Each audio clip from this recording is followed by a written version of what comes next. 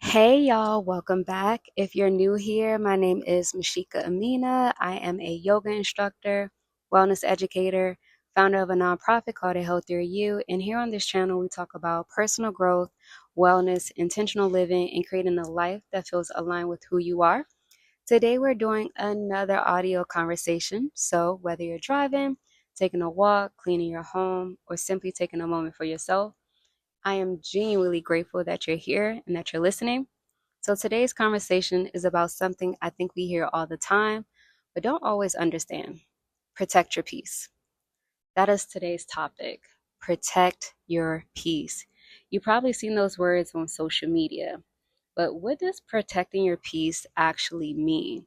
To me, protecting your peace means intentionally choosing the people, places, habits, conversations, and environments that allow you to feel grounded instead of constantly overwhelmed or overstimulated or in a sense of a lot of chaos. It's recognizing that peace isn't something you stumble upon, it's something you create. Peace is something you maintain, and something I am learning is peace is something that you have to protect. You have to protect your peace. So, how do you know when something is not peaceful? Well, I believe one of the easiest ways to know is by paying attention to your body. So, after spending time with someone, just asking yourself, do you feel lighter, heavier, or even after you leave work, do you feel drained? Do you feel fulfilled, excitement? When you're scrolling on social media, like, do you feel inspired or you suddenly starting to compare yourself or questioning your own life? I feel like your body is always communicating with you, but we sometimes tend to ignore, not intentionally, just because we have so many different things that is going on in our lives and just our attention is just all over the place, just due to so many different reasons. However, your body is always communicating with you. Now, sometimes we ignore those signals because we think we're supposed to keep pushing and, maybe this is just a season, but sometimes those seasons become years and then maybe a decade for some. But peace usually leaves clues before burnout arrives. So maybe you're constantly feeling anxious, or after you like hang out with this person, you're overthinking every conversation, or perhaps you just can't relax and always on edge. Those are just invitations to ask yourself and pause, like, what in my life is disrupting my peace?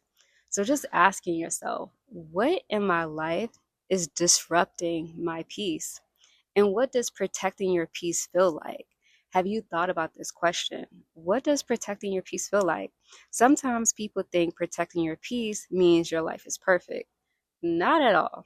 I'll say a little boring, but it's peaceful over here and I enjoy it. Protecting your peace doesn't mean problems disappear, it just means you respond differently. It feels like waking up and not immediately rushing into your routine, but taking it nice and slow. It doesn't mean that, your problems would disappear. It just means you respond differently. Um, Being able to say no without explaining yourself is a way you can protect your peace. Choosing rest without guilt, not reacting to every opinion, feeling safe in your own decisions.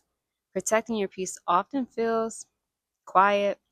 I say a little boring, but I like it. And many of us, quiet can actually feel uncomfortable at first. I will say for me, I kind of was one of those people who was addicted to chaos and not even realizing that. So initially I was like, dang, it's a bit quiet.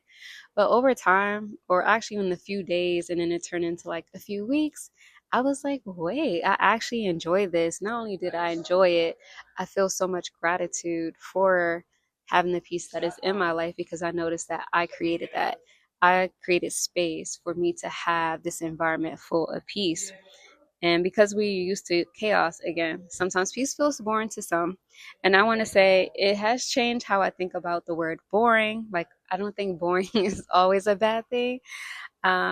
You're no longer in a space of chasing drama or just chasing your to-do list or having or chasing people in a sense. Like, not every weekend will feel packed. Your phone is not going to be constantly going off because at this point you have identified who gives you peace and who does not. And the same with your calendar. Like, not every event that you are invited to is a place that you need to be there. Sometimes you have to ask yourself, like, is this an event that would inspire me or I'll feel more overstimulated?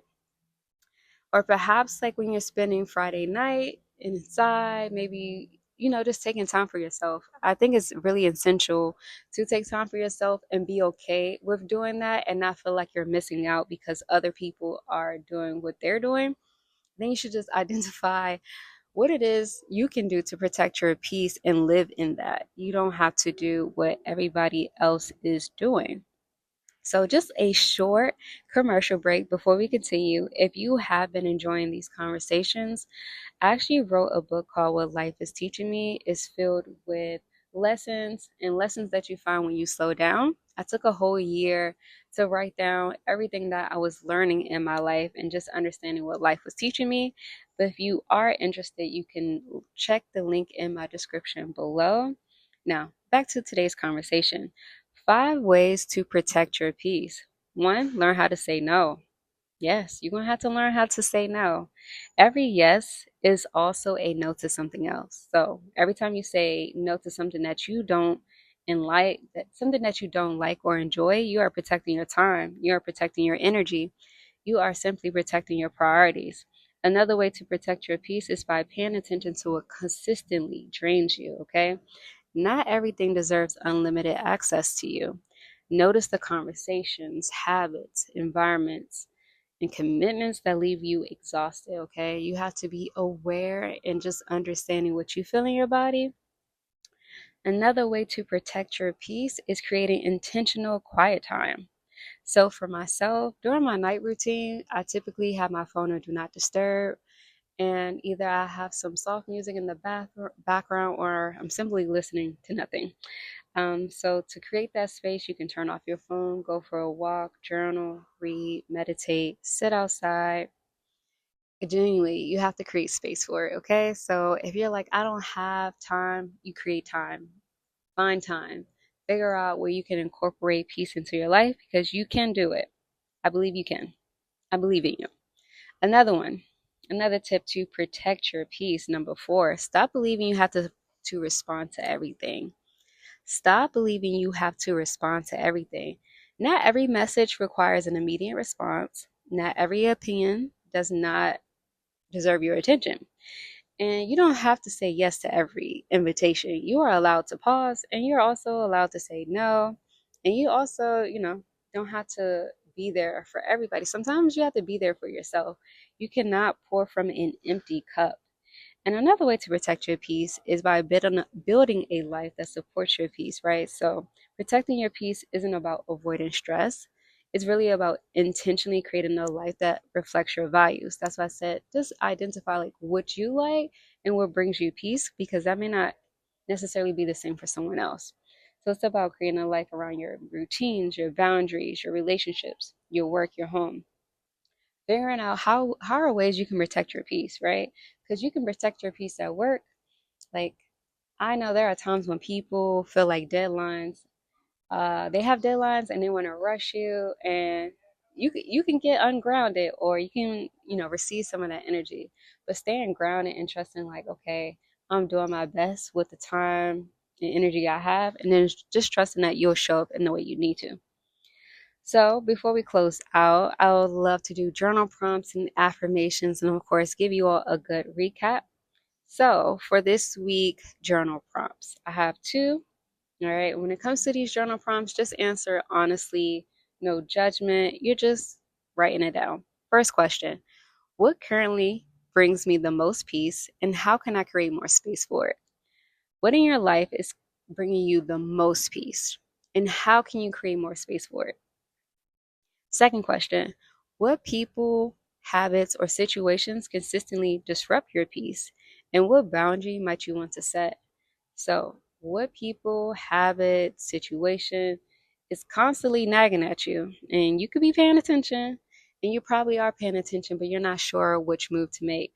What boundary might you create? And sometimes, if you don't know what boundary you might create, just put yourself in the third person. So, if you had a friend who was in a similar situation as you, what would you tell them? And remember, when it comes to journaling, it's not about perfection. It's not about having the right answer. It's just about awareness. So let's wrap this up. So today I want you to remember this. Peace isn't something you wait for after life gets easier. It's something you choose little by little every single day. Every boundary, every intentional decision, every moment you choose yourself over unnecessary chaos, you are protecting your peace. And that is one of the greatest gifts you can give yourself. I promise, like, peace feels so good. Like, I'm genuinely grateful for the peace that I have been creating in my own personal life. Very different, but very, like, it's very grounding, and it's kind of like easy to show up for yourself in a sense when it comes to people. And it just feels really nice. So, here are two affirmations that I would love for you to carry with you as you're listening to this.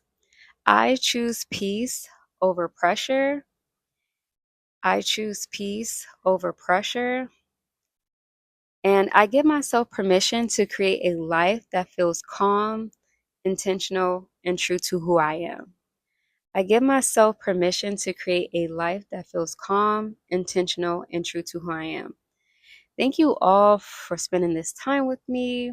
If today's conversation resonated with you and you made it all the way to the end, thank you. And two, I would love to hear from you. So leave a comment below, maybe share an emoji if that feels comfortable for you, and share one thing you learned during this week to protect your peace. Don't forget to like, comment, subscribe for more conversations on personal growth, wellness, and intentional living. Until next time, you can find me on Instagram at Sheka Amina. And if you also like to support nonprofit that I have, A Healthier You, you can do so with the links in the descriptions as well. Until next time, protect your peace, keep choosing yourself, and remember, either you're going to learn the lesson, or you will repeat it. Talk to you all soon.